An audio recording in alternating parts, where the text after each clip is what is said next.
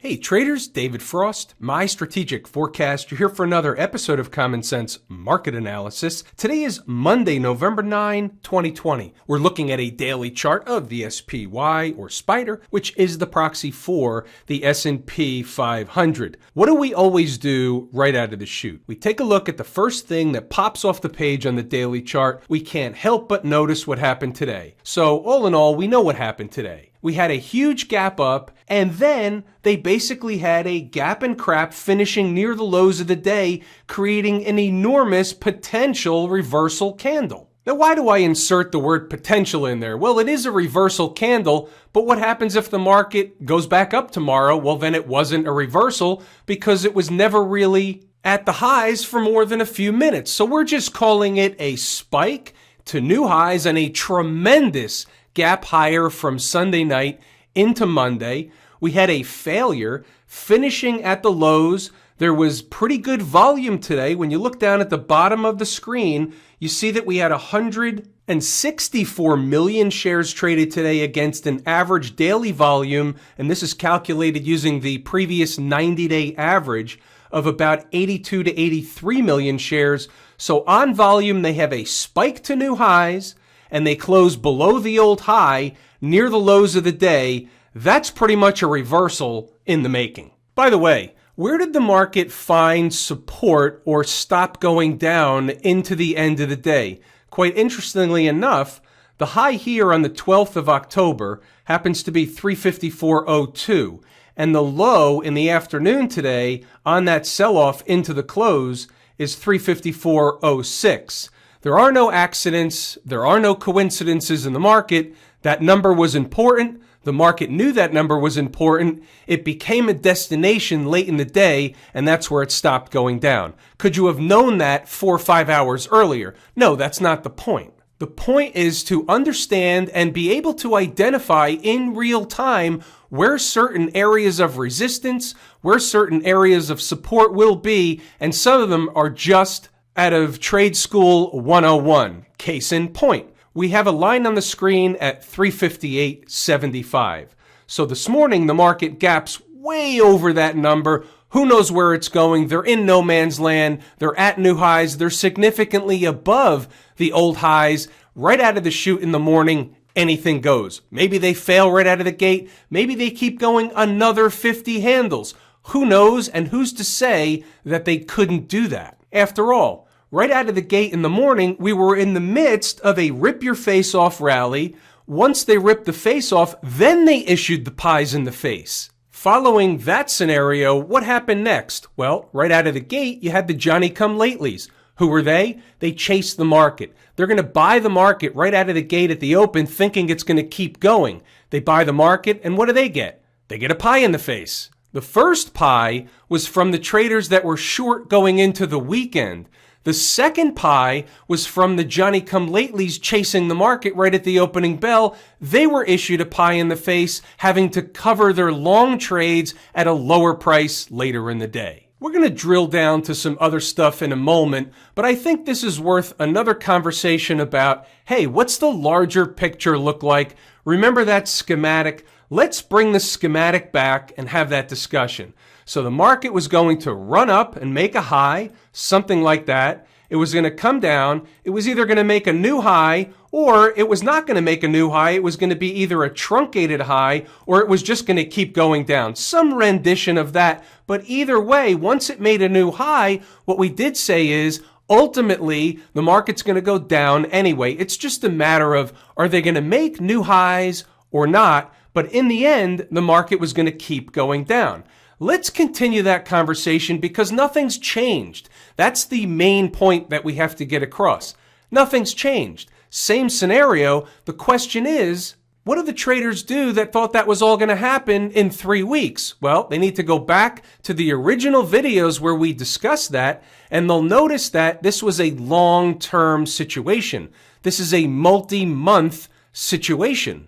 At this point, maybe today's the high, Maybe it's not. We don't know for sure. Certainly it looks like another high. It looks like a reversal. Obviously, traders can trade against today's high if they want to be short the market, albeit it's not that close by anymore. Certainly not as close as it was this morning. But nevertheless, based on today's activity, and again, this is right out of Trade School 101, they gap up above an old high. They close below the high on a reversal candle, closing at the lows back inside the old high. Guess what?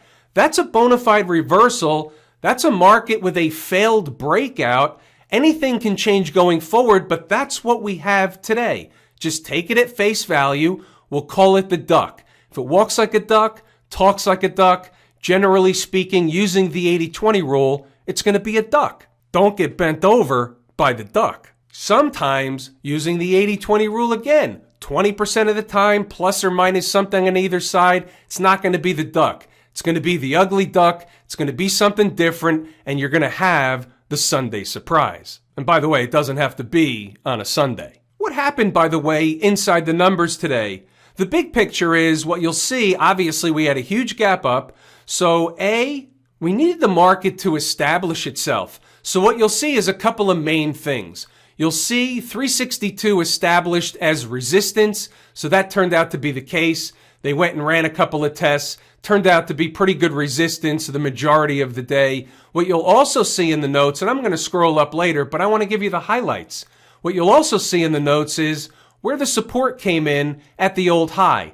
Now that was one of those things where every trader under the sun who knows anything about technical analysis, they don't even have to live on this planet, they could live on any planet. Any trader with technical knowledge 101 saw that if the market was going to test the old highs, there was going to be a bull-bear battle. However, that doesn't always mean that every trader is willing to buy that area, being that under normal garden variety conditions, it should be support. However, you don't know support for how long. You don't know what kind of support. You don't know if it's going to be support at all, especially when the market just gapped a tremendous amount higher, is now coming in. We could have seen a colossal failure in the beginning of the day as opposed to the end of the day. So what you'll see in the notes, and I'm going to scroll up, you'll see in the notes that I wasn't willing to participate on the long side of the market at the old highs. I gave the deal. I told you what I thought. It's just a matter of whether I'm willing to take the trade or not, and I thought I would put it out there that it just wasn't my cup of tea. Other traders took that trade. I know they did because they told me they did. I take them at their word. They made money on the trade, and guess what? Kudos to them.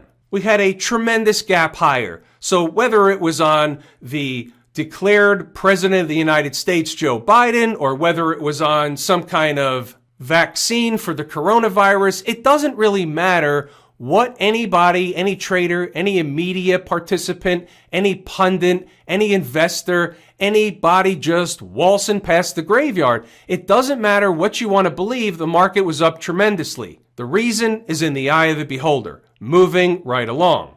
So right out of the gate, we're not going to do anything with this. Shorting is a gamble, chasing is a gamble. Really, there's nothing you can do on a morning like this. That's what pro traders do. They sit back and they wait for an opportunity to present itself.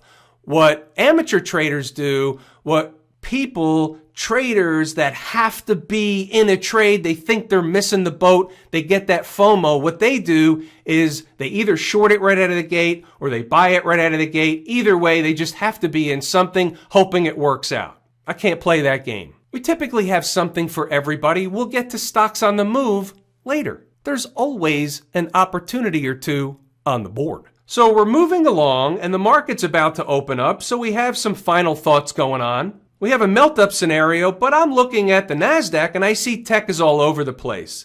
Some of the stocks that were bought up because of the virus, the Zooms and the Pelotons and all that stuff, they're getting crushed. Other tech stuff is getting hit a little bit. So we're not going to be short on volatility, but you still have to wait for the market to come to you. You have to wait for the opportunity to materialize. By 9:40, already we can see a little bit of a failure start to unfold, so we need to identify what's important. The only thing that I can identify from where I sit that was important on the board at that point in time, 9:40 in the morning, was the former high all the way down at 958.75. For me, again, 9:40, this is what I'm saying. They're fading, but no viable support we can see until they reach the former high. Here we go. You know the routine, 5-minute chart, right of the vertical, today's activity. 358.75 is still the line.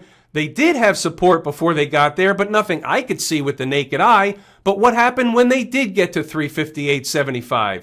They had a pretty nice bounce. They gave it up at the end of the day, but they had a pretty nice bounce off 358.75. Again, whether I'm willing to take the trade, whether I want to take the trade or not, is irrelevant to what the chart is saying, what the technical level is, and what normally would happen. So as the morning unfolds, we have some numbers, and when it breaches, meaning the market breaches certain numbers, it opens the door for others. That's what starts to unfold as the morning goes along. You can see here at 9:57, something happened to the 9. I'm not sure what type of gremlin ate the 9, or it really entered the world of the incredibly shrinking 9. Nevertheless, Zoom was a nice win for many of you, as was PTON or Peloton, painting by the numbers. We'll get to stocks on the move later. We had a shitburger too, so have no fear, I'm going to talk about them all. About 10 o'clock, under normal market conditions, there would be a bounce at the former highs, 358.75. There's your 362. Why don't we go back to the chart and check that one out? A couple of times today, the area around 362 wound up to be resistance for the market. You can see it early in the morning, again in the afternoon, the early afternoon, and then that time was it. They gave it up and down into the end of the day. 362 was in fact resistance, and you'll see it repeat a couple of 3 times in the notes throughout the day. Know thy numbers. Moving right along. Again, 10-12, you can see 362 is still resistance. Closing candles above send price to about 363, but the flip side of not getting through sends price down back below. Moving right along. W was the shitburger. 261 at this point in time was acting as resistance. Not getting through 261 was a problem. If they did get through, they should have went to 364. Sorry about the flip-flop on the 2 and the 3. We'll go to the charts. That'll all become clear. Meanwhile, moving right along. Here the market comes down, and then they do the thing. They do the same thing at gaps. They do this all the time. And what it is they either come up short of a number, spike it through, or hit it on the nose. And on the first run, we never know exactly which one it's going to be, but we have the awareness that they do that. So you can see here, look from where they were early in the morning. That's a huge move. 359.22 was a current low at this point in time against 358.75. Then they made another low. Then they did the thing. But they first have to send Trick, Trap, Fool, and Frustrate crew out on the field to screw with everybody. That's the way the market works. Moving right along.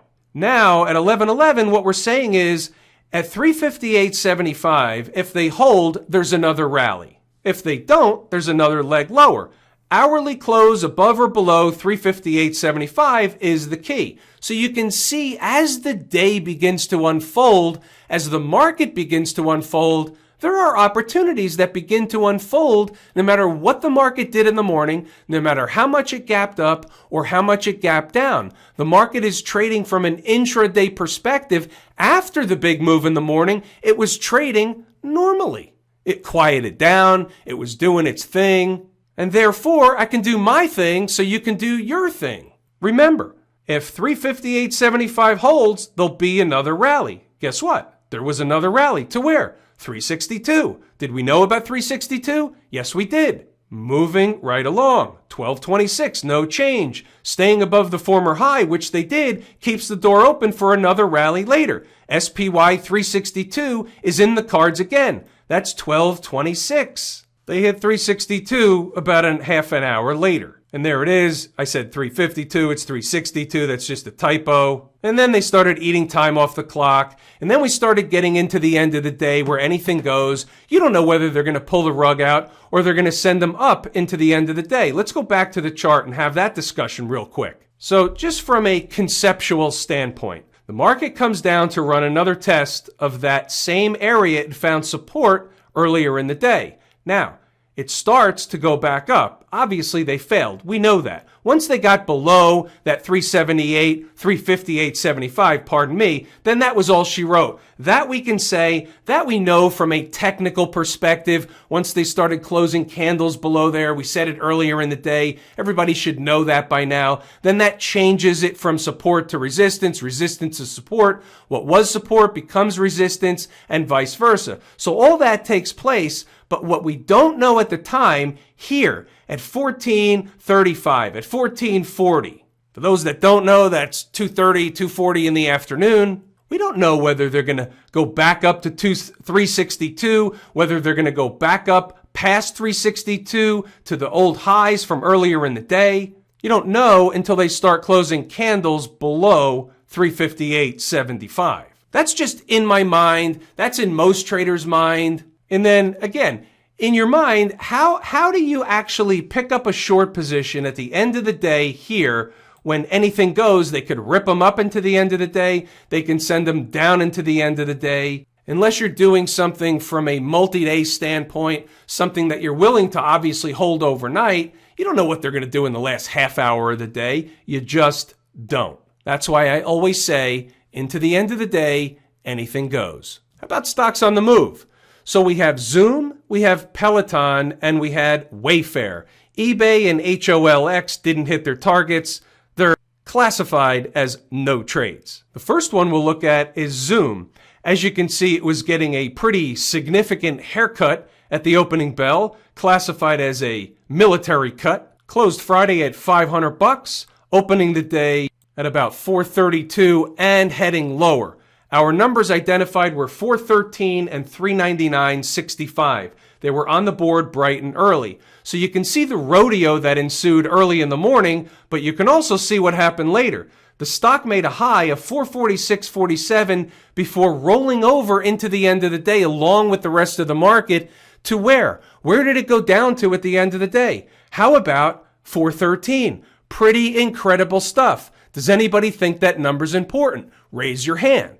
Peloton, another military cut. Two numbers on the board bright and early, 103.04, 95.23. If you're painting by the numbers, then need I say any more? The high that was made after seemed to be 108.48. Here's your average in here if you're painting by the numbers, under $100 a share. Wayfarer turned out to be the shitburger du jour of the day. There were two numbers on the board, 261.30 and 246.02. They're not that close together. However, they're not that far apart. It's a $250 stock. And that really wasn't the problem today. The problem was it never reached the second number in the morning when it went all the way down. If you were painting by numbers and it reached the second number, you would have gotten the rally. It would have been good to go. Never mind. Instead, traders that took the first number got left holding the bag as the thing tried to rally back, failed at the same number, right around 261, and then dripped lower into the end of the day. It didn't do the thing at the numbers. It has another destination in mind. We have to move on. Before we leave the S&P 500, we'll take a look at the weekly chart, and we should just make mention of where the gap is from a weekly chart perspective. Keep in mind, they can come all the way in, they can fill the gap, they can reverse back up, finish the week above the old highs, and guess what? That's bullish. So it depends on what happens at the end of the week. The weekly chart is more important than the daily chart. I've got my eye on everything, obviously, but I want to put that in your head. The weekly chart close is a long way off, but it's an awareness that we should know about. What's going on over in Camp IWM?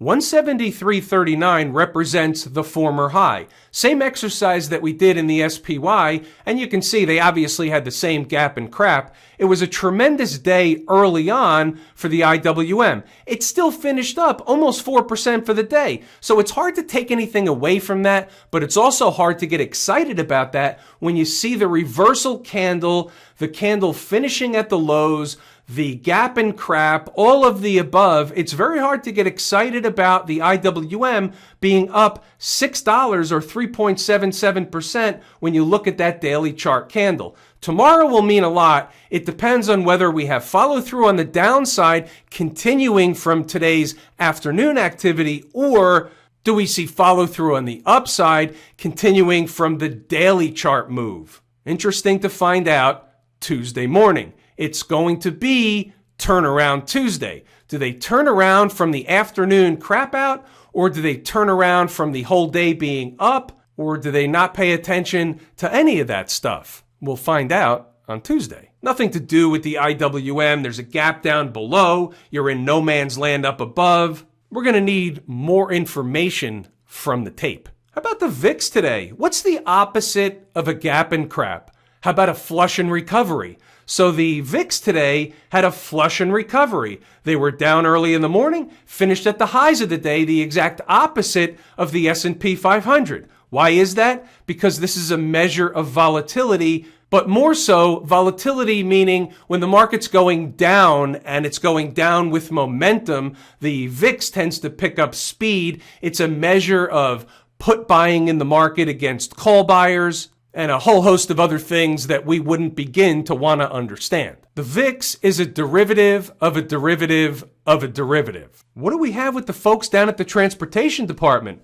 We have a huge tail candle on the daily chart. New highs, failure, tail candle, back below the former highs. I mean, that's a recipe for a reversal. Keep in mind, you could have a retrace up the tail. The market never makes it easy. It's hard to kill a bull. You need to be aware of all that stuff. But at face value, that's a tail candle. That can be traded against today's high. Hourly closes above today's high, you scratch your head. Daily close above today's high, you cut and run if you were short against today's high. Here's where stuff starts to get fishy.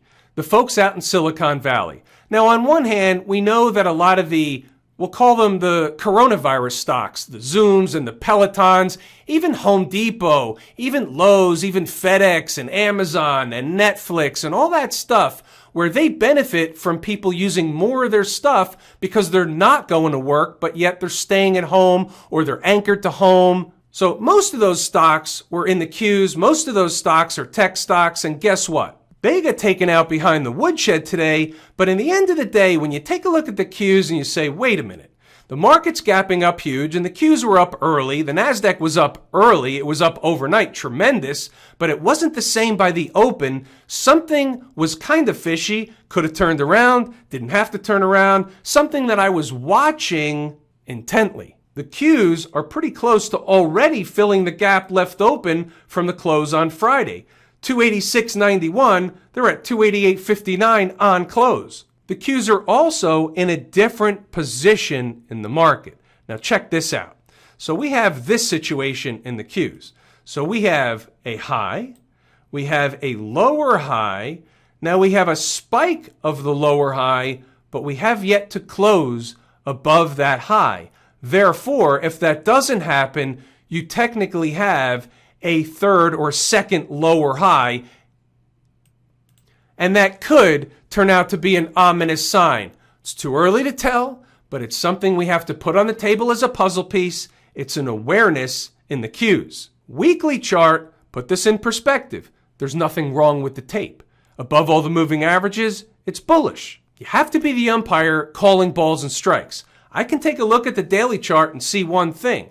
You look at the weekly chart and you say, hey, even if the daily chart does come down some, is this really going to collapse? Are they really just going to blow through the low of that last breakup candle like it wasn't even there? And the answer is probably not. However, all this stuff is an awareness. We're aware of all the prices, all the support levels, all the resistance areas, and based on what's happening in the market in real time, when it gets to these areas, we use all the information we have, we use the puzzle that we've been assembling to our advantage, and that's how this thing unfolds in real time. We have to show up every day in uniform, ready to go, but we've practiced and practiced and practiced. We have numbers, we have information, we have data, we have briefcases full of stuff. we go on the road with everything we need. A team is apprised of all the players, all the coaches, all the equipment, all the supporting staff. Everybody involved is part of that team. Charts, numbers, former highs, former lows, moving averages, weekly charts, monthly charts, daily charts, hourly charts, 120-minute charts, 240 charts, leading indicators, lagging indicators. We use the whole gamut of stuff, everything in the toolbox. What about the XLF? Kind of a similar situation. Now, this could be a topping signal kind of candle. It may be, it may not be. It's on volume. Those traders that have taken the course at Lazy E-mini Trader should go back and take a look at some of those signals and what we talked about and what was taught in that course about how to read the tape with those type of signals at hand. Remember the weekly chart in the XLF? Remember this breakdown candle? It had a high of 2680. Remember I said it's unlikely that they're just going to blow right through there. Look at all these moving averages and all that stuff. So you had a breakdown candle high, moving averages, a tremendous amount of resistance, and what did they do? They actually gapped over everything. If you've got an interest in the XLF, short, long, whatever it is, you need to know about 2680. We're going to leave that on the chart. That's your bogey, that's your number. Come below 2680 on daily closes, and that's bearish. Stay above 2680 on daily closes. Weekly closes, that's bullish. 2680 is your bogey. Smash mouth, reversal candle on volume in concert with the Qs. We have to be careful. The Qs and the SMH may be telling us that the market topped out. We'll see if we get follow through tomorrow. Follow through in either direction is going to tell the tale. We're not going to anticipate. We're not going to project. We're going to wait and see what happens and then act and react accordingly. If I told you how much I appreciate each and every one of you, without you, these videos are not possible. That is true and accurate information. I'm going to pull the ripcord here today. I'm David Frost, My Strategic Forecast. Thanks again for tuning in to another episode of Common Sense Market Analysis.